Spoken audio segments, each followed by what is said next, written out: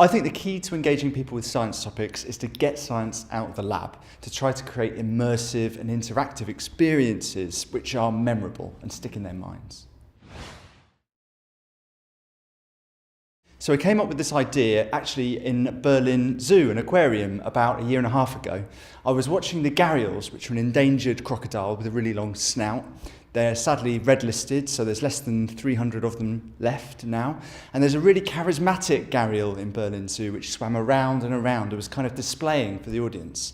And I thought, wouldn't it be great if I could jump in that tank with these crocodiles and have a conversation with it and ask it why it was being such a show-off.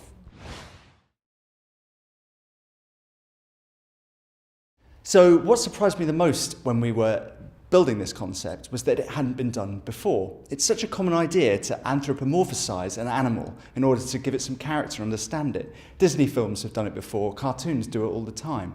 But creating an interactive experience in order to explain scientific concepts just didn't exist.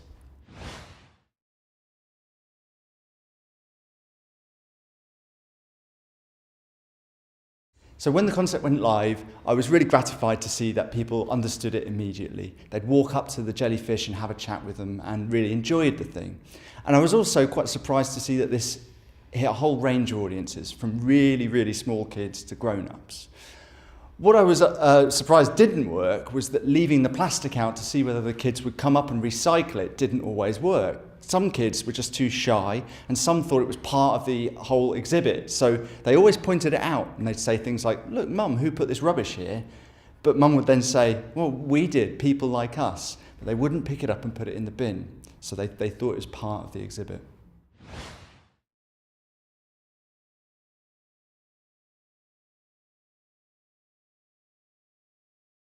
So I think the first thing, if you want to learn from this work, is to don't be afraid to do something different, a little bit strange. If you go into a meeting and you say, "I want to make some talking jellyfish," you're going to get some funny looks. So that's okay, dare to be different.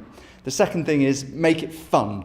Virtual reality doesn't have to be real, and therefore, hyper-real or unreal experiences are possible, and make the most of those rather than trying to recreate an exact realistic scene. Surreal, I guess, might be better than hyper-real.